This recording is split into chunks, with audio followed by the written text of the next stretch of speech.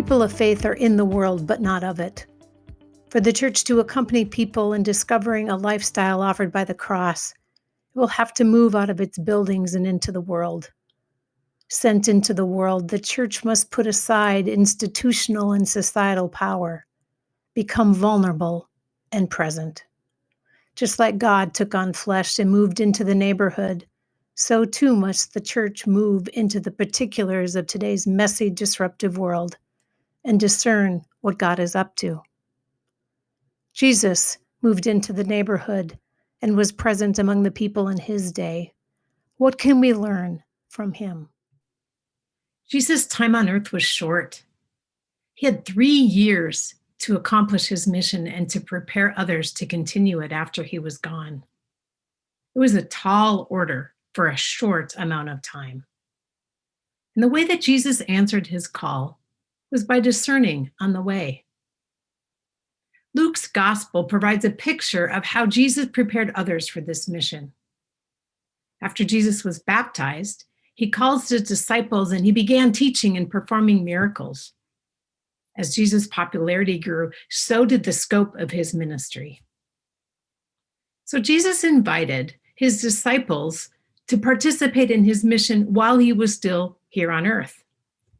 In the midst of feeding 5,000 people, of healing a boy, of foretelling of his death and refereeing an argument between the disciples, Jesus gave the disciples the power to cure disease and to cast out demons. And his training came with just a few instructions.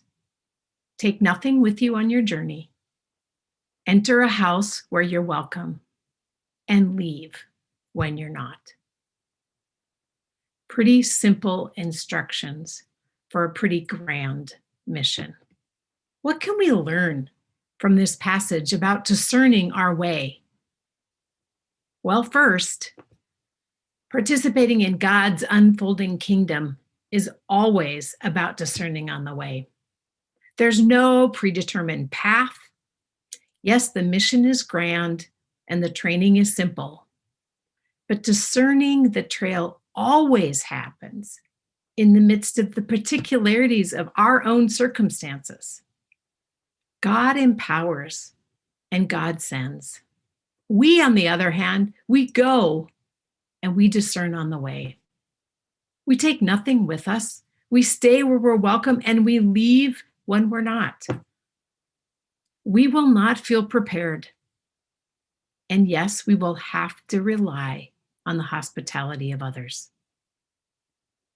Participating in God's mission does not come with a manual. It comes with the command.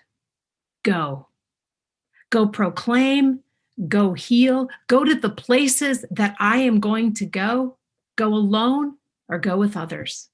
And once you've gone, return. Huddle up with other sojourners and share about your experiences. And then guess what? Go again. This is the pattern of the Christian life. Going and coming. Listening and discerning. Scattering and gathering.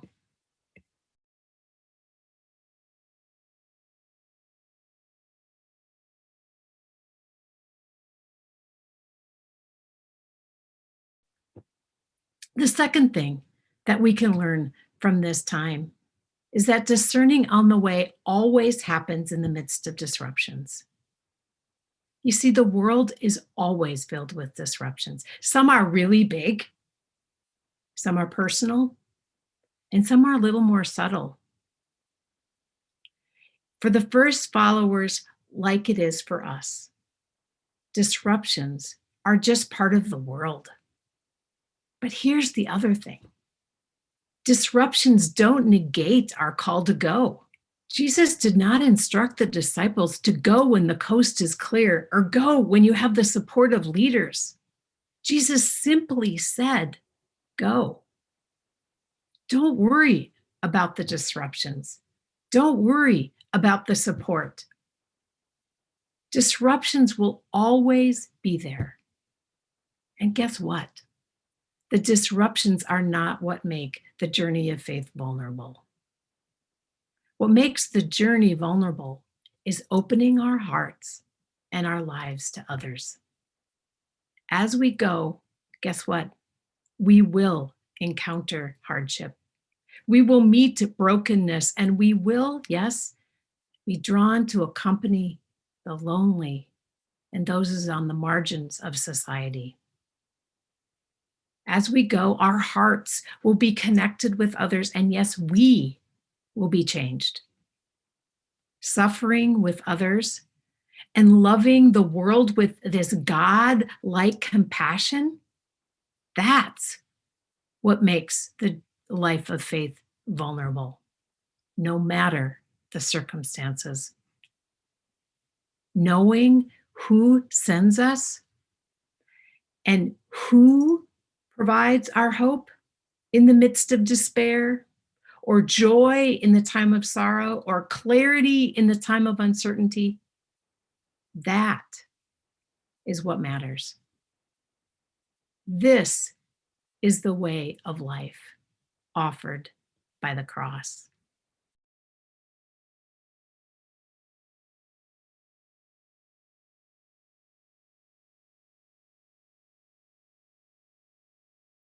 The third thing we can take from this lesson is that taking nothing with us does not mean we go empty-handed. Jesus had a mission. As he embodied God's love, he offered people another way, an alternative lifestyle. As he described God's promised future, he invited people to participate in that mission with him. And guess what? God does the same for us. This mission of the Christian life, it's not ours, it's God's. God's the one that empowers, God's the one that sends, and God is the one that accompanies us in this mission. And as we go, we rely on the hospitality of others. Open to our neighbors, God's love finds its way into the world. Love is not something we can force on others. Love can only be received. Offered and received, we go. We go clinging to God's love, staying where we're welcomed and moving on when we're not. Learning what it means to be a guest, to listen and be curious. That is a life of faith. And discovering this lifestyle offered by the cross as we participate in God's unfolding mission means discerning on the way.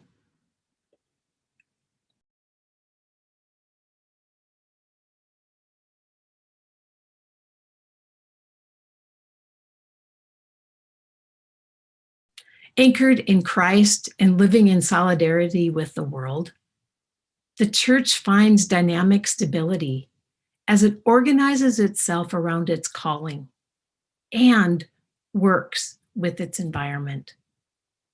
This capacity to self-organize allows congregations to adapt to changes, whatever they are, without losing sight of its core purpose.